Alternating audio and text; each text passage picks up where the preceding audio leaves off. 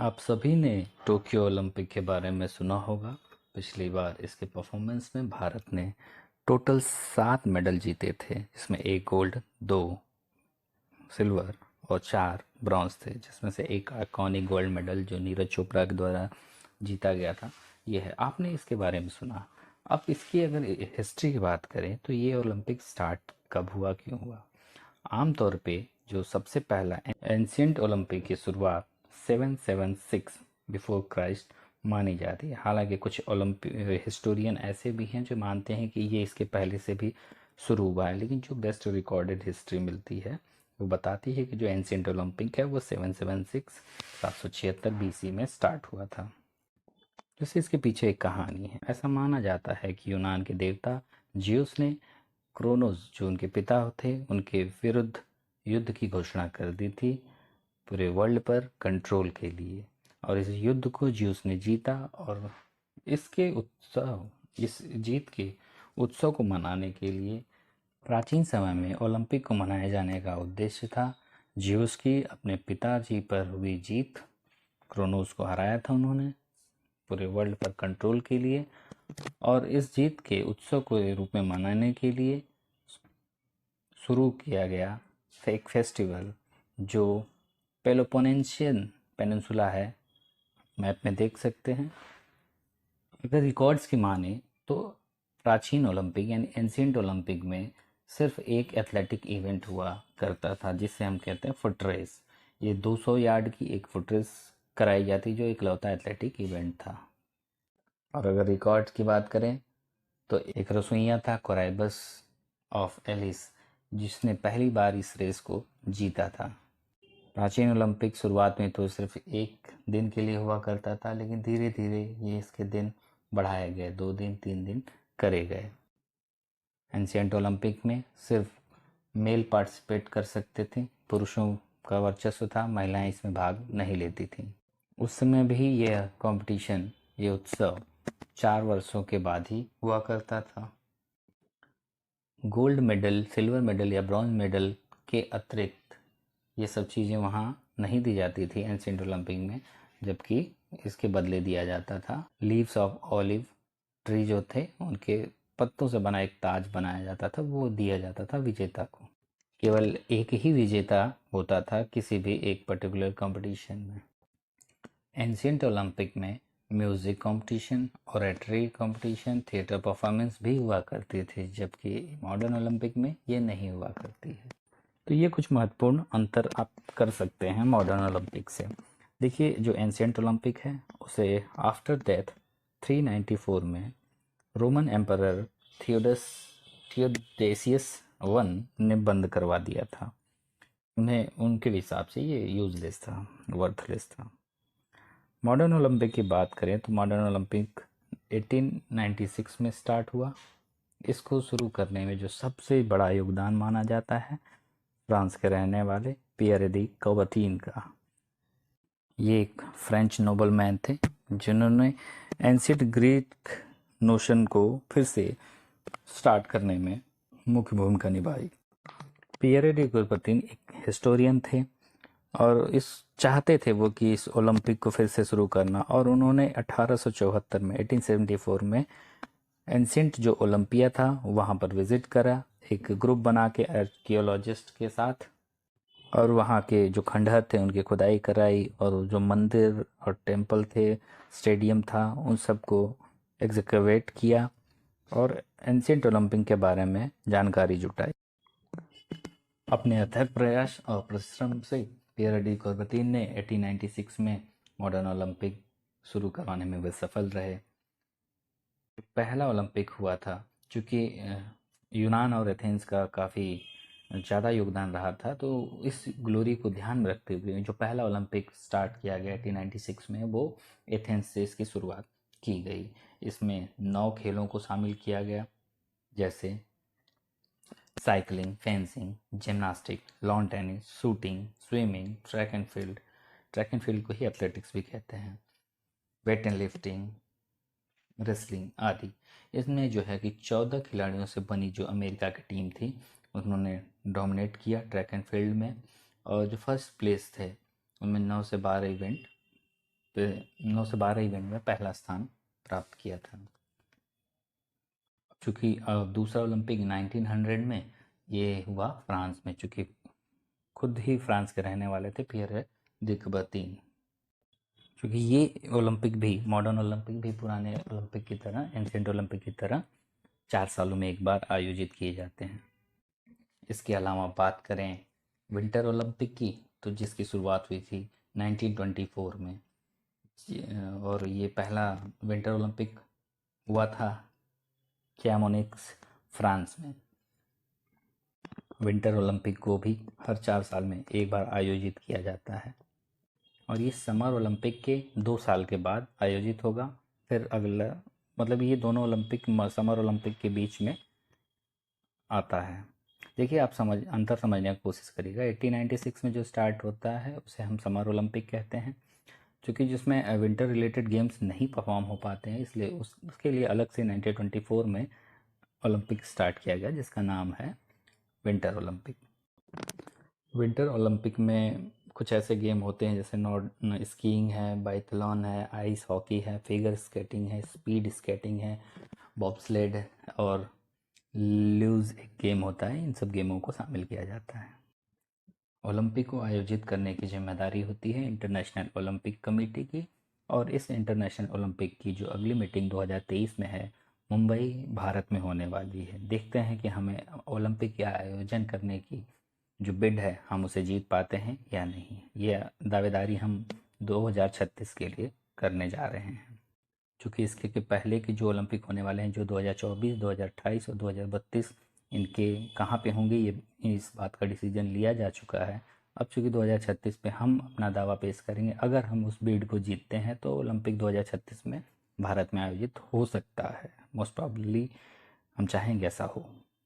अब बात करते हैं कि ओलंपिज़म क्या है। देखिए, ओलंपिज़म एक फिलॉसफी है जिसको लगभग आप यही मानिए 120 साल पहले पियर डी कुबर्टीन, जो इसके फाउंडर थे, उन्होंने ओलंपिक के चार्टर में इसका मेंशन किया। अगर उस चार्टर में लिखे शब्दों को हम समझें तो लिखा है, Olympism is a philosophy of life which places sport at the service of humanity. This philosophy is based on the interaction of the qualities of the body, will, and mind. Olympism is expressed through action which link sports to culture and education. ये line Olympic charter में लिखी है, और इस line के आधार पर हम समझ सकते हैं कि ओलंपिज्म एक फिलॉसफी है जो जीवन की फिलॉसफी में खेलों को मानवता की सेवा के रूप में इस्तेमाल करना सिखाती है। अगर ओलंपिज्म के उद्देश्यों की बात करें तो according to Pierre de Coubertin, Olympism is not a system, it is a state of mind. It can be permeate a wide variety of modes of expression, and no single race or era can claim to have the monopoly of it. अंतर्राष्ट्रीय Olympic committee, international Olympic committee को establish किया गया 23 जून 1894 में। ध्यान दीजिएगा, जो पहला modern Olympic था वो 1896 में स्टार्ट हुआ था। उसके ठीक 2 साल पहले 23 जून को 1894 में इंटरनेशनल ओलंपिक कमेटी का गठन किया गया।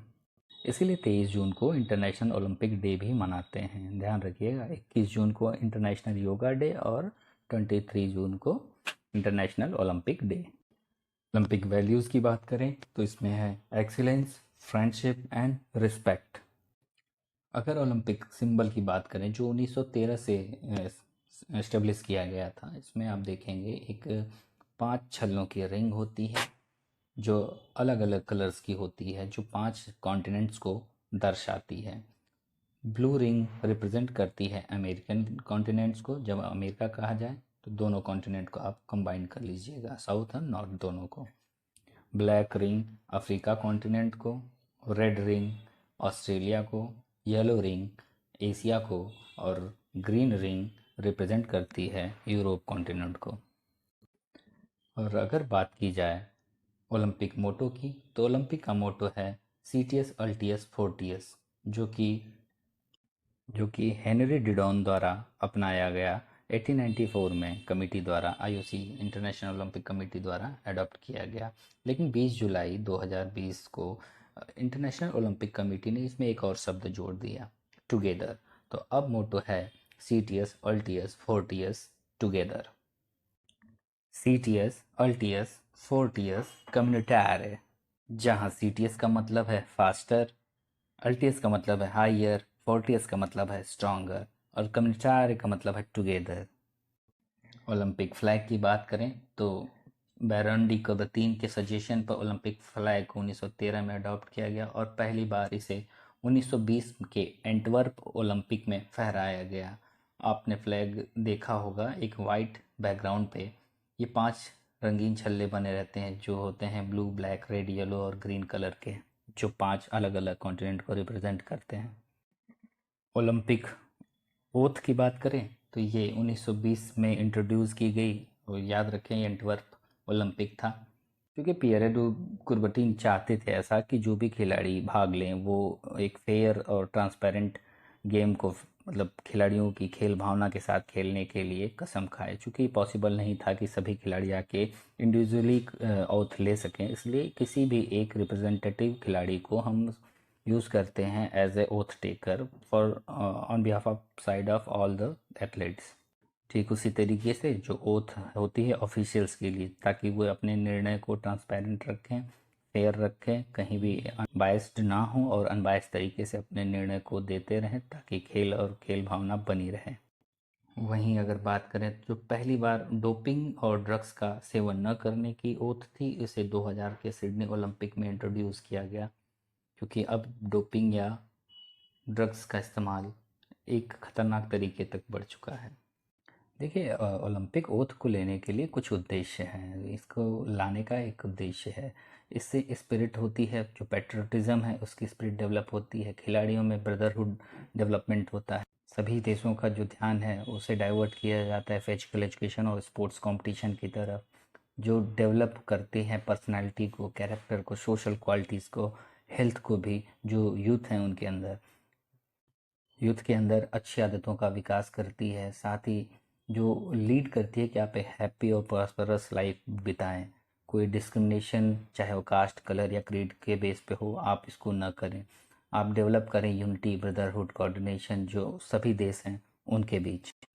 अगर आप सुनना चाहें तो मैं यहाँ पढ़ देता हूँ क्या ओथ ली जाती है खिलाड़ी के द्वारा, एक एथलीट के द्वारा जो ऑफिशियली ली जाती है। In the name of all competitors I promise that we shall take part in these Olympic Games, respecting and abiding by the rules that govern them in the true spirit of sportsmanship for the glory of sports and the honor of our teams. चलिए, इसमें आप समझिएगा कि एक concept होता है Olympic anthem का, बस आप इसके बारे में ज़्यादा कुछ नहीं, बस जान लीजिए कि कब से इंट्रोड्यूस किया गया। तो ये 1958 से ओलंपिक का जो है एंथम ऑफिशियली अडॉप्ट किया गया, हालांकि ये पहले से भी था और उसको इतना पढ़ने की कोई ज़रूरत नहीं है। वैसे जैसे जो अब भी आप ओलंपिक मूवमेंट का नाम सुनेंगे, ठीक है, एक शब्द इस्तेमाल हो रहा है बार बार ओलंपिक मूवमेंट, तो ये जो रास्ते में बंद हो गया था प्राचीन ओलंपिक से नए ओलंपिक को स्टार्ट करना और स्टार्ट करके उसको अब तक आगे तक कंटिन्यू करना, ये पूरा एक आंदोलन चल रहा है, एक मूवमेंट है, इसे ही हम ओलंपिक मूवमेंट के बारे में समझते हैं। जब भी शब्द इस्तेमाल हो आप समझिए कि वो स्टार्टिंग करने से लेकर के अंत तक ओलंपिक मूवमेंट है।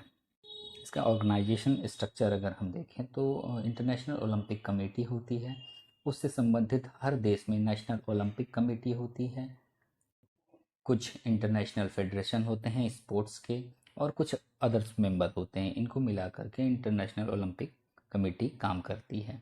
इंटरनेशनल ओलंपिक कमेटी के गवर्निंग काउंसिल में प्रेसिडेंट होता है, वाइस प्रेसिडेंट होता है और एग्जीक्यूटिव बोर्ड होता है। इस समय में प्रेसिडेंट है हमारे थॉमस बाक हैं, और एग्जीक्यूटिव बोर्ड जो डे टू डे के जो भी काम होते हैं, इनमें जो ऑफिशियल्स होते हैं वो अलग अलग ओलंपिक कमेटी से चुने जाते हैं और उसे अपॉइंट किया जाता है और वो इन्हें काम में लेते हैं और डे टू डे आईओसी के काम को परफॉर्म करते हैं। अगर इंटरनेशनल ओलंपिक कमेटी के कुछ काम की बात करें तो वो वेन्यू डिसाइड करते हैं कि ओलंपिक गेम कहाँ होगा, किस जगह पे कराया जाए। इसके अतिरिक्त वो इलेक्ट करते हैं नए मेंबर्स को, प्रॉपर फंक्शनिंग हो स्पोर्ट्स की, स्पोर्ट्स प्रोग्राम की, सिलेक्शन ऑफ होस्ट कंट्री, वो स्पोर्ट्स और गेम्स को प्रमोट करते हैं, वो फाइट करते हैं अगेंस्ट डोपिंग, रूल बनाते हैं, रेगुलेशन बनाते हैं ताकि स्मूथ फंक्शनिंग हो सके गेम्स की। और सभी देशों को वो इनकरेज करते हैं, ऑर्गेनाइजेशंस को भी इनकरेज करते हैं कि वो सपोर्ट करें सोशली और इकोनॉमिकली सभी खिलाड़ियों को।